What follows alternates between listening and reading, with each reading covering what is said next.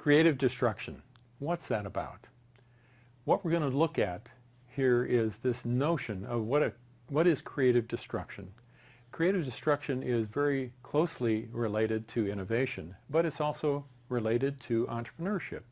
And so what we're going to do is take a look at how the notion of creative destruction emerged, who brought it into being, and why it relates to innovation. So first of all, let's look at Joseph Schumpeter. Joseph Schumpeter is an economist who looked at creative destruction and is essentially the icon and author of works that have established the notion of creative destruction in the economic literature, in the business literature. And so what we're going to do is look at his point of view and see how it connects to innovation.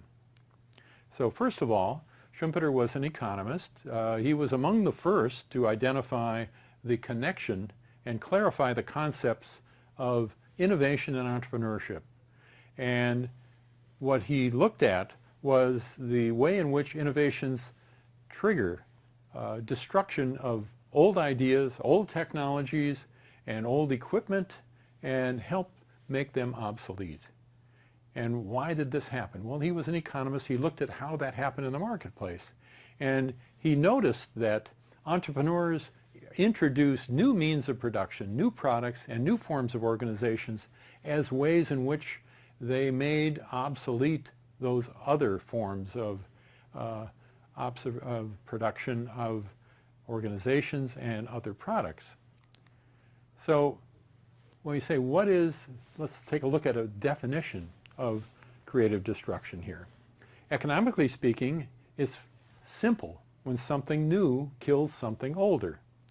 But we could say, well, what does that really mean? Well, one example might be to look at the field of personal computers.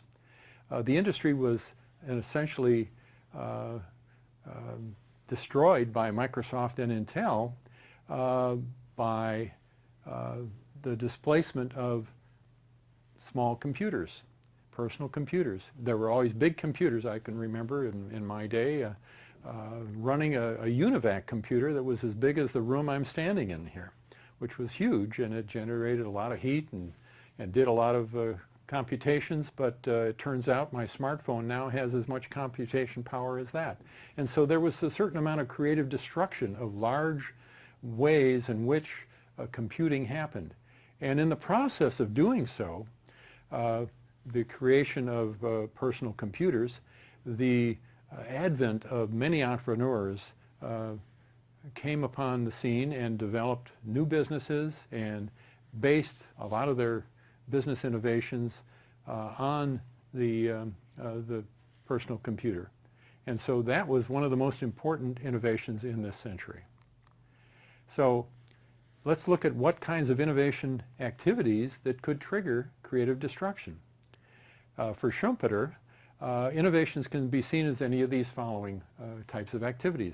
Any new good that is produced, again, this is his view, this is, early technology. He was, his lifespan was in the last century. But the way he looked at the economy, he said any new good that gets brought in might displace some other good. Some new method of production would displace the old method of production. Opening of a new market might displace those who are already active in that market. Discovery of a new supply of raw materials or even partly finished products might change the way in which a new product was developed, and even new forms of organizations in which new products or services could be delivered. All of these are innovation activities which would displace and create destruction. I'm just going to take a second and show you a series of waves of creative destruction cycles here.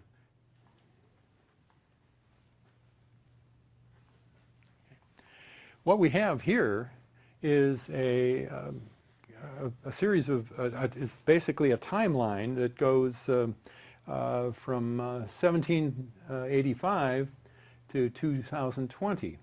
And what we begin to see is the influence of creative destruction on activities that ultimately enable innovation. If we start with, on the far left side, the first wave was basically innovations in the use of water power, the use of textiles, and the use of iron. Had a whole wave of, in really the Industrial Revolution, the first wave of the Industrial Revolution, and then we look at the second wave and the applications of steam power, railroads, and applications of steel technology triggered another wave of activities, businesses and products and services.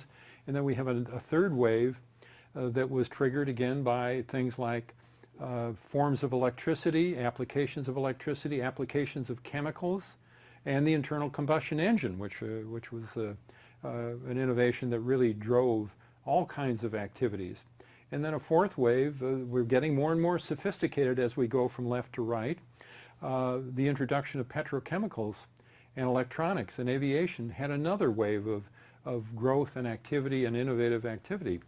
And then finally, the digital network and software and new media is triggering another wave of activity. And what we see essentially in that wave cycle is the creative destruction that happens. In each of those waves, things grow, but things are also destroyed. And so we look at the creative destruction after we looked at those waves, and we say, how is creative destruction affecting large firms? And so I'm going to provide a link for you to look at this video.